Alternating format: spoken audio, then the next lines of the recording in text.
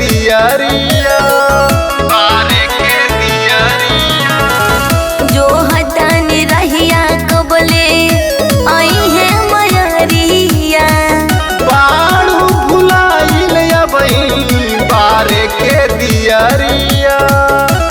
कुल कम घर के बा हमारे ऊपरिया टेंशन में फटता कपार कुल कम घर के बा हमारे ऊपरिया टेंशन में फटता कपार थाली से घिवा डाली बारी दिया सुना धनिया हमार थाली से घिवा डाली बारी दिया सुना धनिया हमार पूरे के चौका बुलाइल बाटो काहे धनिया हमार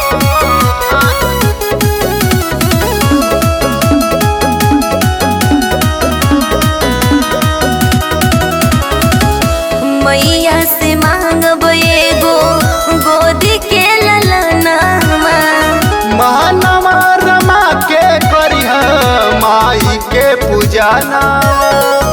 माई के पूजना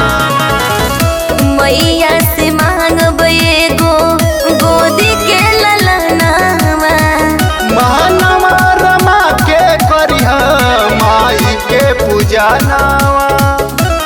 चंद्रजीत दीपक आई है जमैया घरवा में आई बहार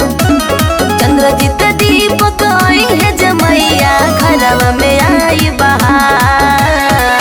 माई के गिरे पासे होई धानी हो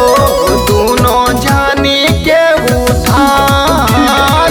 माई के गिरे